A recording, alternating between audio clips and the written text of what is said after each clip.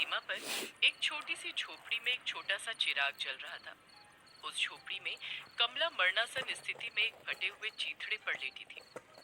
उसके सामने उसकी चार बेटियां सरला, अनीता, आरती और गुंजन भरी आंखें लिए ठंड से ठिठुरते हुए बैठी थी। सबसे बड़ी बेटी सरला की गोद में उसकी पांचवी नवजात बेटी अनु थी। बेटी, मेरा वक्त भी आ गया है। नहीं माँ, ऐसा मत बोलो। बाबा भी चले गए और अब तुम भी हमें छोड़कर चली जाओगी तो हमारा क्या होगा माँ? कमला कुछ न बोल सकी। उसकी आंखों से आंसुओं की धार बह निकली और फिर जिसका डर था वही हुआ। वो अपने पीछे 5 बेसहारा लड़कियों को छोड़कर इस दुनिया से चल बसी। गांव के कुछ दयालु लोगों ने बच्चियों को बेसहारा जानकर कमला का अंतिम संस्कार कर दिया। अभी कमला को इस संसार से गए एक दिन भी नहीं हुआ था कि गांव का बनिया सुखीलाल वहां थमका।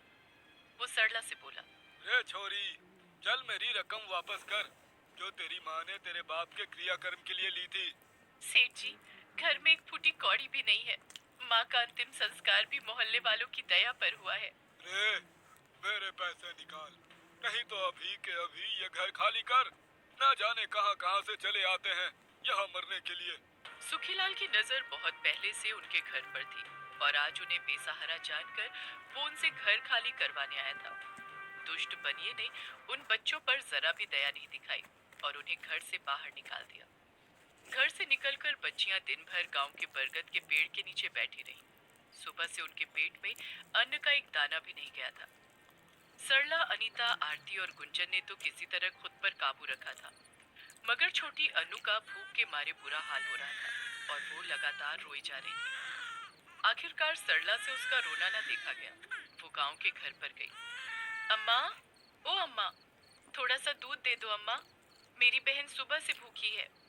घर से एक औरत निकली और बोली, क्या है रे, हम गांव वालों ने तुम्हारा ठेका ले रखा है क्या?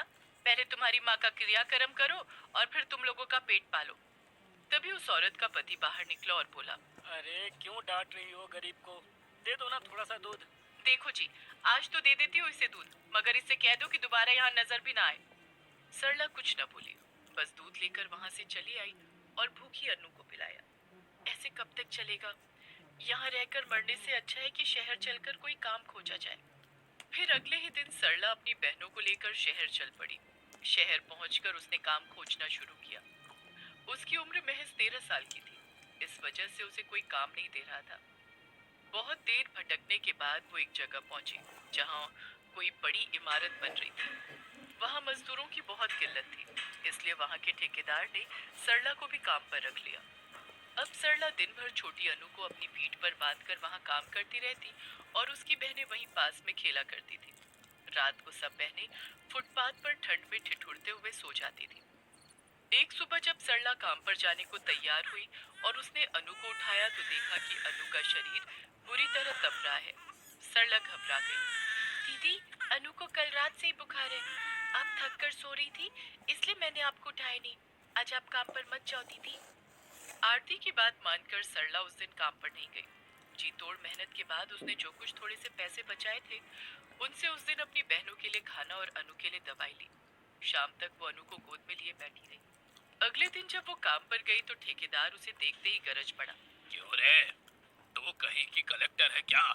तेरा जब मन करेगा तो काम पर आएगी और जब मन करेगा तब छुट्टी ले लेगी। मजदूरों की किल्लत है, इसलिए इस बार तुझे छोड़ देता हूँ, लेकिन अगली बार इस तरह से किया तो दोबारा यहाँ मत आना। ना जाने कहाँ कहाँ से आ जाते हैं ये गवार लोग। इनको काम भी दो और इनके नखरे भी झेलो। ठेकेदार की बात सरला को चुप गई। दे दो जितने ताने देने हैं, लेकिन आज मैंने भी फैसला कर लिया है। कलेक्टर कहा है ना, अब कलेक्टर बनकर नहीं दिखाया तो मेरा नाम भी सरला नहीं। ठेकेदार की कही एक बात ने जैसे सरला के जीवन की दिशा ही बदल दी। उसने अपना सिर्फ खुद पढ़ने का फैसला किया, बल्कि अपनी बहनों को भी पढ़ाने का फैसला किया। अगले दिन वो आरती, अनीता और गुंजन को लेकर शहर के सरकारी स्कूल में गई। लो, यहाँ साइन कर दो। आता है ना साइन करना? क्यों नहीं, मैं अपने गांव में 5वीं कक्षा तक पढ़ी हूँ। तो सिर्फ अपनी बहनों का ही दाखिल क्यों करवा रही हो? तुम्हारी भी तो अभी पढ़ने की उम्र है। पढ़ना तो मैं भी चाहती हूँ सर, और मैंने अपने लिए किताबें भी खरीद ली हैं, मगर अपनी बहनों की जरूरत के लिए मुझे काम भी करना है ना। माता पिता के बाद इनकी सारी जिम्मेदारी तो अब मेरे ऊपर है, लेकिन मैं पढ़ाई जरूर करूंगी सर। हो सकता है थोड़ा समय लगे। प्रिंसिपल सरला की लगन और उसकी बातों से बहुत प्रभावित हुए। उन्होंने कहा, देखो बेटी, सरकार ने तुम जैसे कामकाज बच्चियों के लिए रात के स्कूल शुरू किए हैं। इस स्कूल में रात को क्लास लगती है। तुम चाहो तो रात को यहाँ आ सकती हो। प्रिंसिपल सर की बात में सरला को आशा की एक किरण दिखाई दी। जी सर, मैं जरूर आऊंगी। इस तरह सरला और उसकी बहनों की पढ़ाई फिर से शुरू हुई। शुरू शुरू में सरला को दिन भर थकने के बाद रात को विद्यालय जाने में बहुत दिक्कत आती थी, मगर उसने उम्मीद का दामन नहीं छोड़ा। लेकिन सरला की पढ़ाई की राह इतनी आसान नहीं थी। एक तो दिन भर काम करना, फिर स्कूल जाना। वो चाह कर भी पढ़ाई पर अपना ध्यान नहीं दे पा रही थी। इसका नतीजा ये हुआ कि अपनी पहली तिमाही परीक्षा में वो फेल हो गई। फिर भी उसने पढ़ाई जारी रखी, लेकिन पढ़ाई जारी रखने में और उस पर ध्यान देने में बहुत फर्क होता है। ठीक से पढ़ाई न कर पाने के कारण वो बार बार फेल होती रही। नौबत यहाँ तक आ गई कि फेल होते होते वो अनीता की कक्षा में आ गई। एक दिन प्रिंसिपल ने उसे बुलाया और कहा, सरला, अगर इस तरह से पढ़ाई करोगी तो तुम छठी कक्षा में ही रह जाओगी। कलेक्टर बनना तो दूर की बात है। देखो, तुम्हारी बहन अनीता भी अब तुम्हारी कक्षा में आ गई है। मैं क्या करूं सर? अगर मेरे अकेले की बात होती तो मैं सिर्फ पढ़ाई पर ध्यान देती, मगर यहाँ मुझे अपने साथ साथ अपनी 4 छोटी बहनों का भी ध्यान रखना है। मुझे तो लगता है कि मैं पढ़ाई छोड़ ही दूं। इतनी जल्दी हार नहीं मानते बेटा। भगवान मुसीबत भी उन्हीं को देता है जो इसे झेलने की ताकत रखते हैं। दुनिया में ऐसा कोई इंसान नहीं है जिसके जीवन में समस्या नहीं है, और दुनिया में ऐसी कोई समस्या नहीं है जिसका हल नहीं निकाला जा सके। प्रिंसिपल सर की बातें सुनकर सरला का हौसला बढ़ा। तो सर आप ही बताइए, मैं पढ़ाई और काम दोनों एक साथ कैसे संभालूं? सबसे पहले तो तुम्हें पढ़ाई का एक रूटीन बनाना पड़ेगा। उसी रूटीन के हिसाब से तुम्हें ध्यान लगाकर पढ़ाई करना है। पढ़ाई में कहीं कोई दिक्कत आए तो तुम बेझिझक पूछो। अब तो अनीता भी तुम्हारी ही कक्षा में है, तुम मुझसे मदद ले सकती हो, और मुझसे कभी भी किसी चीज की जरूरत हो तो बेझिझक कहना। मैं हर वक्त तुम्हारी मदद को तैयार हूँ। पढ़ाई से हार मानकर सरला ने प्रिंसिपल सर की बात मानकर एक बार फिर से जी जान से पढ़ाई में लग गई। वो पहले सुबह उठकर 2 घंटे पढ़ती, फिर काम पर चली जाती। काम से लौटने के बाद 1 घंटे घर पर आराम करने के बाद वो फिर अपने स्कूल जाती थी। इस तरह रूटीन बनाकर पढ़ने से उसे काम, पढ़ाई और आराम करने का पूरा पूरा समय मिल जाता था। धीरे धीरे उसे इसमें मजा आने लगा। इस तरह उसने रात के स्कूल से ही 12वीं तक की पढ़ाई पूरी कर ली। एक दिन जब सरला रात के स्कूल से वापस आई, तब अनु, जो अब बड़ी हो गई थी और दूसरी कक्षा में पढ़ती थी, वो सरला के पास आई और उसके पैर दबाने लगी। अरे अरे, ये तू क्या कर रही है? सोई क्यों नहीं अब तक? कल स्कूल नहीं जाना क्या? तुम दिन भर इतना काम करती हो, फिर रात को पढ़ती भी हो, तुम कितना थक जाती होगी, इसीलिए मैं तुम्हारे पैर दबा रही हूँ। सरला की आंखें भर आई। उसने अनु को गोद में उठा लिया और उसे गोद में लिए हुए ही सो गई। 12वीं तक की पढ़ाई तो सरला ने पूरी कर ली। अब बारी थी अपने सपने को पूरा करने की, कलेक्टर बनने की।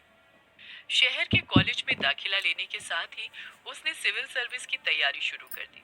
हालांकि अनीता ने भी उसके साथ ही कॉलेज में दाखिला लिया था, लेकिन उसका सपना कुछ और ही था, इसलिए उसने सिविल की तैयारी न करके कानून की पढ़ाई चुनी। इस तरह साल गुजरा और सिविल सर्विस की परीक्षा हुई। हालांकि सरला ने मेहनत तो बहुत की थी, मगर इस परीक्षा को पास करना अच्छों को भारी पड़ता है।